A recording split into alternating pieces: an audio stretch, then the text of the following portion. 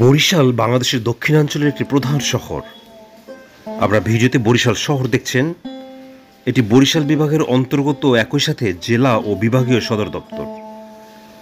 কীর্তনখোলা নদীর তীরে মোগল আমলে স্থাপিত লবণচৌকি গির্দে বন্দরকে কেন্দ্র করে এ শহর গড়ে ওঠে। 1801 সালে বরিশালে তৎকালীন বাকেরগঞ্জ জেলা সদর দপ্তর স্থাপিত হলে শহর হিসেবে এর ব্যাপক গুরুত্ব বাড়ে। দেশের খাদ্যশস্য উৎপাদনের একটি মূল উৎস এই বৃহত্তর বরিশাল।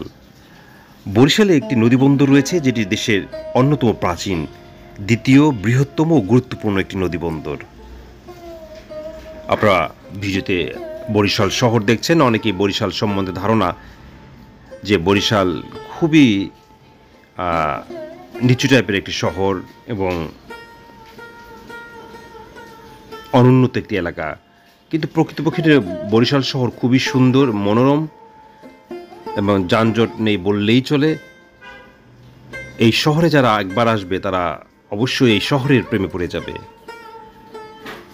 শহরটি খুবই সুন্দর লোকেশনে অবস্থিত। বরিশাল নামকরণ সম্পর্কে বিভিন্ন মতভেদ রয়েছে। এক কিংবদন্তি থেকে জানা যায় যে পূর্বে এখানে খুব বড় বড় শাল গাছ জন্মত, আর এই বড় শাল গাছের কারণে বরিশাল নামের উৎপত্তি।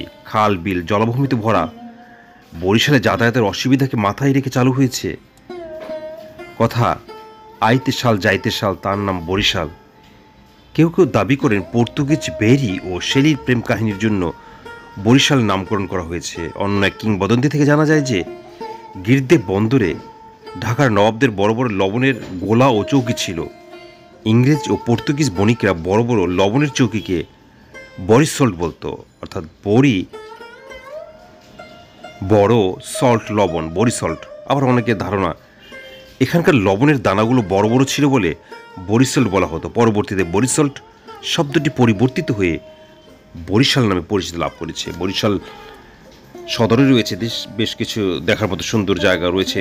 ব্রজমোহন কলেজ, যেটি ব্রিটিশ আমলে নির্মিত ব্রজমোহন বিদ্যালয়। এছাড়া রয়েছে শেখ মুজিব বঙ্গবন্ধু পার্ক এবং আরও কিছু দর্শনীয় জায়গা রয়েছে। এছাড়া বরিশাল বন্দর শহরের প্রাণকেন্দ্রেই অবস্থিত।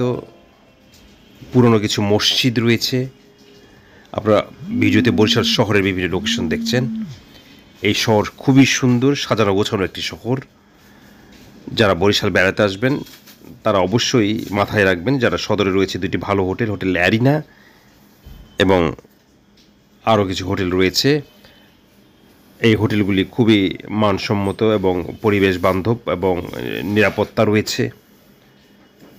আপনারা বরিশাল শহরের বিভিন্ন লোকেশন দেখছেন।